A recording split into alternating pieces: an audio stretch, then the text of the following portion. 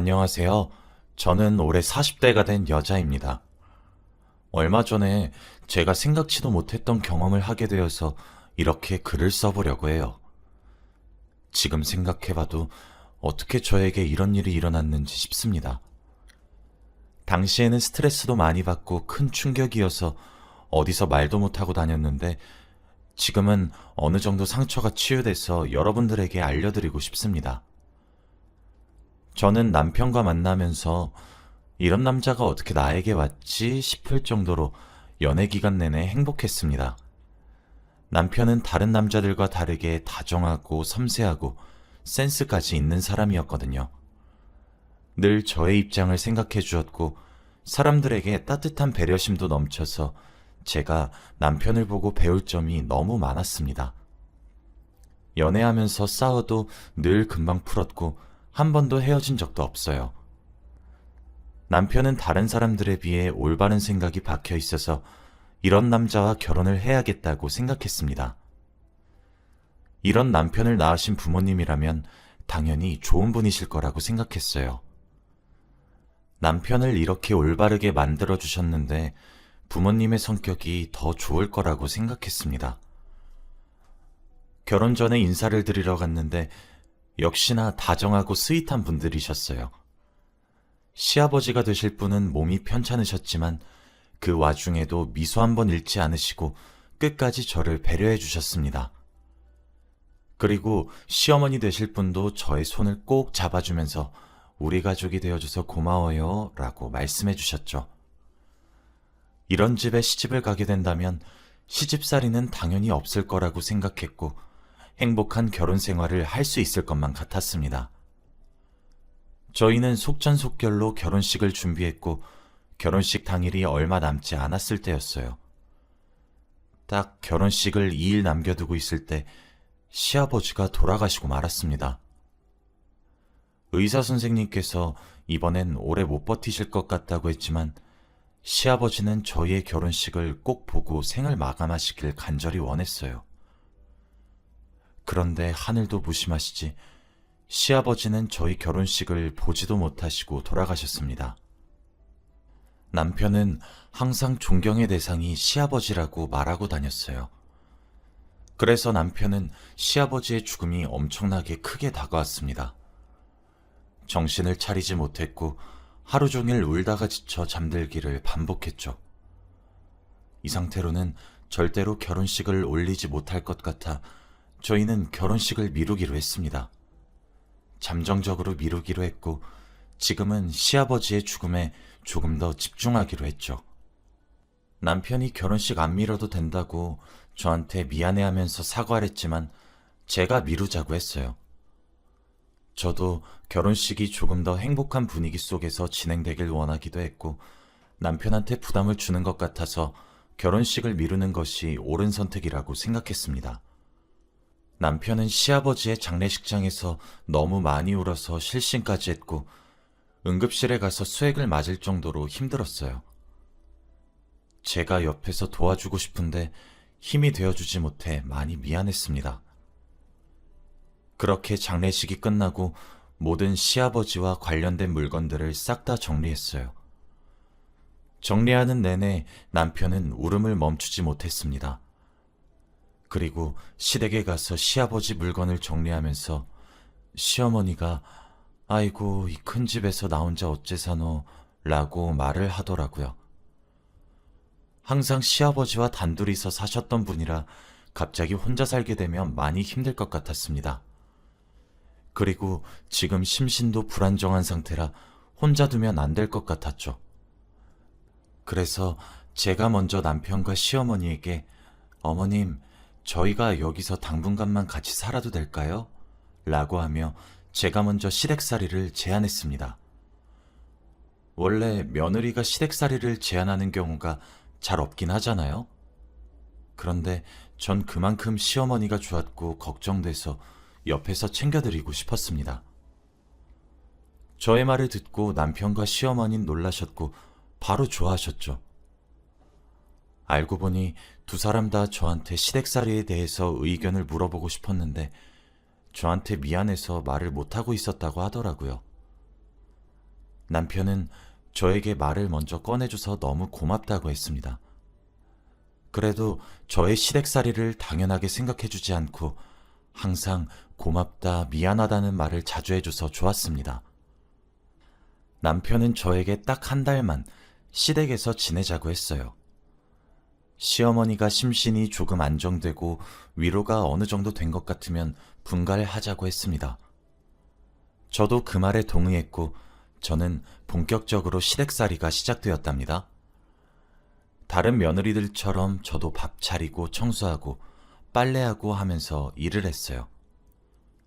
시어머니는 아직 시아버지를 잊지 못하셨는지 하루 종일 누워 계셨고 시아버지의 물건을 안고 있었죠. 제가 옆에서 밥을 먹여드려야 겨우 하루에 한 끼 드셨습니다. 정말 마음이 아프고 안타까웠어요. 남편은 출근을 하니까 낮에는 저 혼자서 시댁에 남아 어머니를 돌봐드려요. 그런데 역시나 쉬운 일이 아니더라고요. 누군가의 밥을 차리고 누군가의 옷을 개는 건 정말 어려운 일이었습니다. 일주일만 해도 온몸이 쑤시고 하기 싫더라고요. 그런데 하루 종일 울면서 창밖만 보시는 시어머니를 보니까 포기할 수 없었습니다. 남편은 저에게 미안하다면서 몇 주만 기다리라고 해주었어요. 그리고 퇴근하고 집에 오면 저와 교대를 하고 어머니를 챙겨주었죠. 남편이 퇴근하면 전 자유시간이었습니다. 저희 둘은 어머니가 조금이나마 나아지기를 간절히 바랬고 저희의 노력 덕분인 건지 조금씩 기운을 차리신 것 같더라고요. 밥도 잘 드시고 TV를 보면서 웃기도 하고 저와 대화도 자주 하셨습니다. 거의 예전과 비슷할 정도로 말이죠. 저희는 괜찮아지신 것 같은 시어머니를 보니까 점점 돌봐드리는 것도 편해졌고 서로에게 더 집중을 했습니다. 저희가 신혼부부이다 보니 사이도 좋고 뭐든 행복했어요. 시어머니와 같이 식탁에 앉아서 이제 화목하게 대화도 나누면서 식사를 할 수도 있게 되었고 주말이 되면 같이 예능 프로그램을 보며 셋이서 웃고 떠들 수 있게 되었죠. 그 사이에 저희 부부는 한 달이 끝나기만을 기다리면서 알콩달콩 잘 살 날을 기다렸습니다. 그런데 시어머니가 조금 괜찮아지신 건지 남편을 대하는 게 어딘가 조금 묘하더라고요. 남편이 회사에서 보너스를 받거나 승진을 하면 아이고 우리 아들 잘했어 라고 하면서 토닥토닥 했습니다. 저는 그 모습을 보고 조금 놀랐어요. 어머니 눈에는 아직 남편이 아기 같아 보일 수 있지만 저는 한 번도 엄마들이 30이 넘은 아들 토닥토닥 하는 것을 본 적이 없거든요. 아내인 제가 보기에 불편할 정도로 말이죠. 그런데 이건 시작에 불과했습니다. 저희가 신혼 초다 보니까 이제 꽁냥꽁냥도 하고 싶고 하루 종일 붙어 있고 싶어요. 그런데 시어머니가 자연스럽게 남편과 저 사이를 파고들어서 신혼을 즐길 틈을 안 줍니다. 항상 뭐든 셋이서 하고 싶다고 했고 남편과 제가 단둘이서 어딜 가는 걸 원치 않아 하셨죠. 그리고 아이에 대해서 한마디도 하지 않으셨습니다. 원래 다른 집 시댁에서는 아이를 낳으라고 눈치를 준다고 하는데 시어머니는 오히려 저보고 아이를 낳지 말라고 했어요. 굳이 아이 안 낳아도 된다며 아이를 낳았을 때의 단점을 저에게 구구절절 말하셨죠. 하지만 저는 아이가 낳고 싶었고 남편도 저희 부부 사이에 아이가 있으면 좋겠다고 생각해서 임신을 하게 되었습니다. 당연히 임신을 하게 되어서 좋아하실 줄 알았던 시어머니는 급격하게 굳어졌고 표정 관리가 안 되시더라고요. 저와 남편은 왜 그런 표정을 지었는지 의문이었지만 아무튼 시어머니는 저의 임신을 축하해주지 않으셨습니다. 제가 임신 주차가 조금씩 늘어가고 주위에서 다들 태교 여행을 많이 가더라고요. 저도 가보고 싶었고 남편도 주말에 시간이 돼서 오랜만에 단둘이서 1박 2일로 여행을 가려고 했습니다. 그래서 숙소도 잡고 여행 계획도 세우면서 기대하고 있었죠. 저희가 여행을 가기 전날에 시어머니가 갑자기 그러시더라고요. 너희들이 내일 태교여행 간다며? 나도 데리고 가라. 다시 저희 사이에 끼려고 하셨습니다. 원래 매일 같이 가긴 하는데 태교 여행이라 남편과 단둘이서 편하게 갔다 오고 싶더라고요.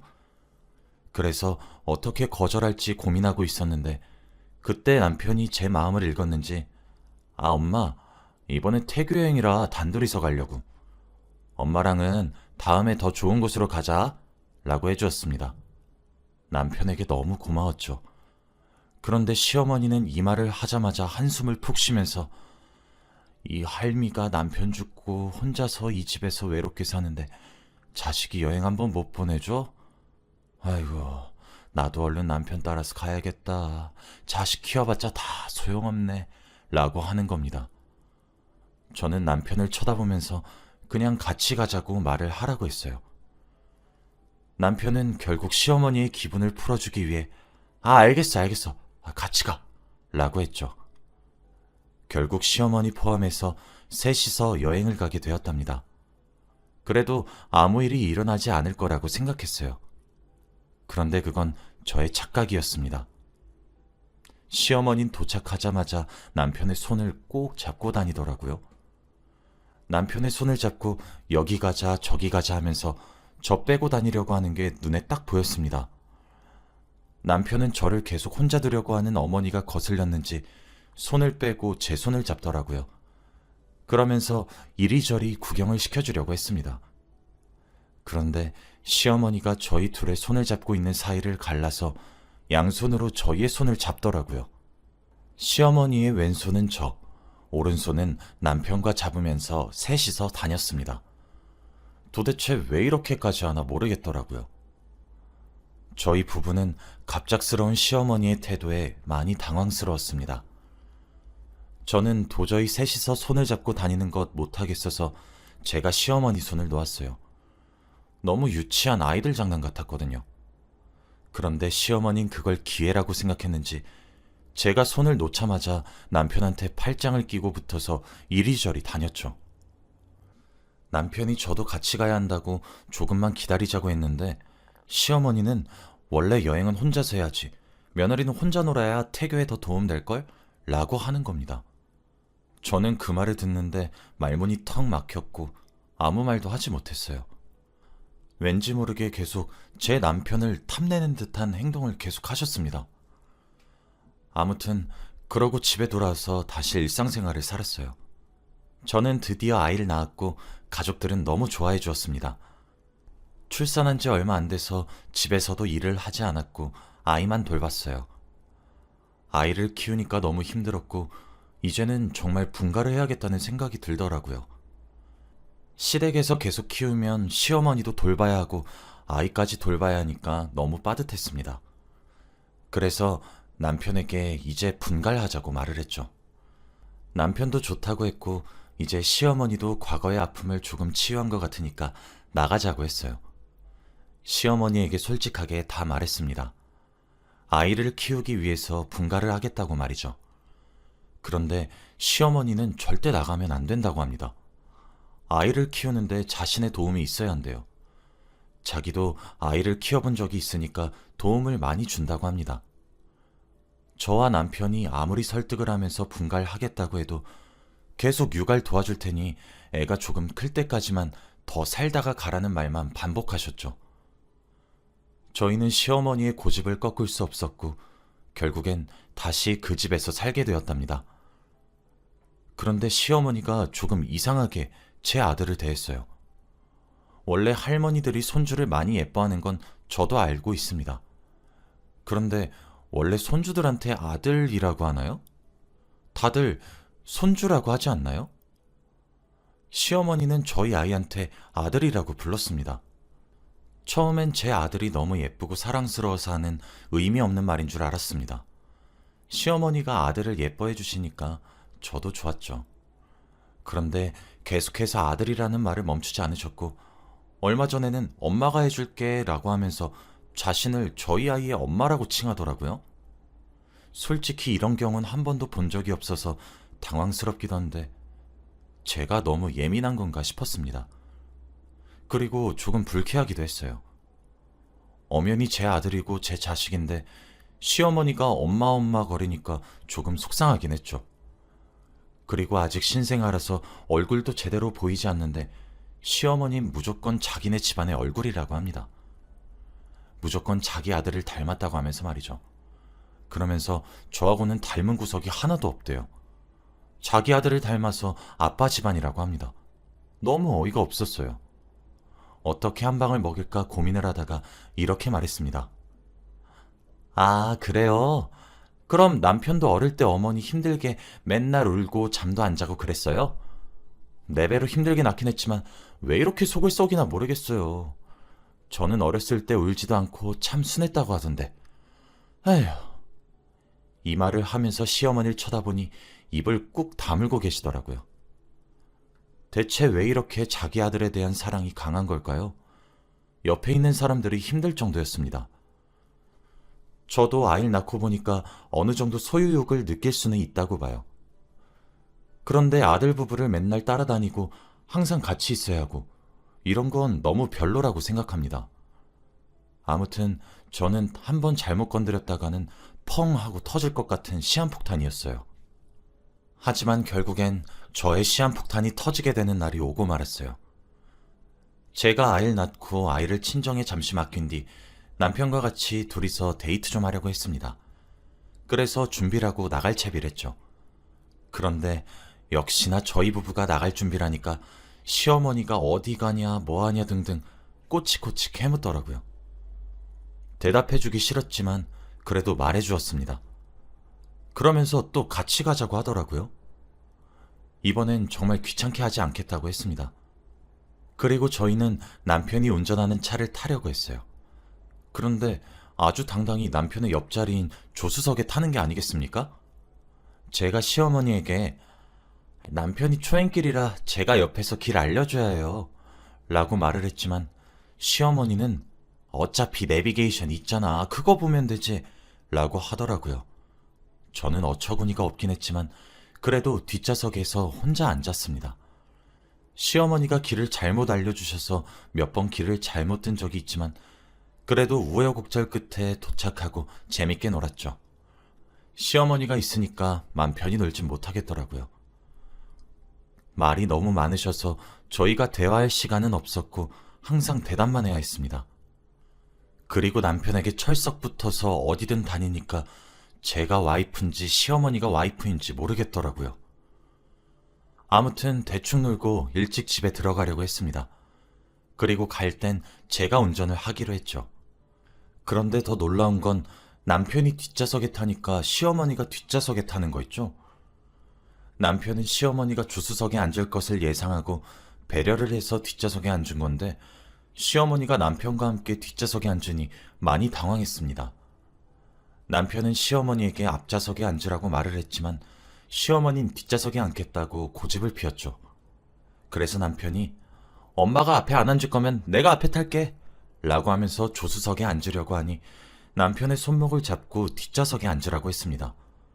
저희 둘 다 너무 당황스러웠죠. 딱 봐도 저건 남편과 둘이서 앉기 위한 거잖아요? 결국엔 조수석엔 아무도 안 앉았고 집으로 도착했습니다. 그런데 남편이 집에 돌아오는데 주차장에서부터 표정이 너무 안 좋더라고요. 갑자기 왜 그런가 싶어서 여러 번 물어봐도 대답해주지 않았습니다. 그리고 집에 가서 절 조용히 부르더라고요. 시어머니가 없는 곳으로 저를 불러서 왜 표정이 좋지 않았는지 말해주었습니다. 집으로 오는 내내 뒷좌석에서 잠을 잤는데 시어머니가 더듬더래요. 상체하체 다 상관없이 그 손길에 남편은 잠에서 깼지만 일어난 척을 못했다고 해요. 한 번도 어머니가 그런 적이 없어서 너무 당황스럽고 소름 끼친다고 합니다. 저도 남편의 말을 듣고 조금 심각해졌어요. 대체 갑자기 왜 저러나 싶었죠. 그리고 며칠간의 고민 끝에 남편과 저는 시어머니를 병원에 모시고 가기로 했습니다. 건강검진이라고 거짓말을 하고 유명한 병원으로 가서 상담을 받게 했어요. 그런데 시어머니의 검사 결과는 정말 충격적이었습니다. 의사 선생님의 말로는 자신에 대한 소유욕이라고 합니다. 남편이 죽고 나서 자신에게 사랑을 주는 사람이 없어서 애정결핍이 생겼대요. 그래서 남편에 대한 애정결핍이 모두 아들에게 갔다고 합니다. 결국 그게 과해져서 아들에 대한 집착과 사랑이 되었다고 하더라고요. 그리고 지금은 며느리가 자신의 아들을 뺏어갔다고 생각해서 며느리를 좋아하지 않는다고 합니다. 저와 남편은 할 말을 잃었고 정말 충격적이었죠. 어머니는 약물 치료랑 상담 치료로 다시 예전처럼 돌아올 수 있다고 했고, 저희는 바로 그렇게 해달라고 했습니다. 저와 남편은 의사 선생님이 하라는 대로 바로 분갈했고, 어머니 혼자 집에 두었습니다. 다행히도 어머니가 심해지기 전에 왔다고 하더라고요. 더 심해졌다면 아이의 목숨이 위험할 뻔했다고 합니다. 그 말을 듣는데 온몸에 소름이 돋고 아찔한 거 있죠? 지금은 어머니가 상담도 받고 약도 먹으면서 많이 나아지셨어요. 처음엔 왜 자기한테 관심을 안 주냐고 화를 냈는데 이제는 혼자 계시는 거에 많이 익숙해진 듯 합니다. 지금 생각해봐도 정말 어떻게 이런 일이 생겼나 싶어요. 저와 남편은 아직까지도 그때 일에 대해서 말을 합니다. 여러분도 혹시 이런 적이 있으신가요? 저의 이야기는 여기까지입니다. 들어주셔서 감사해요.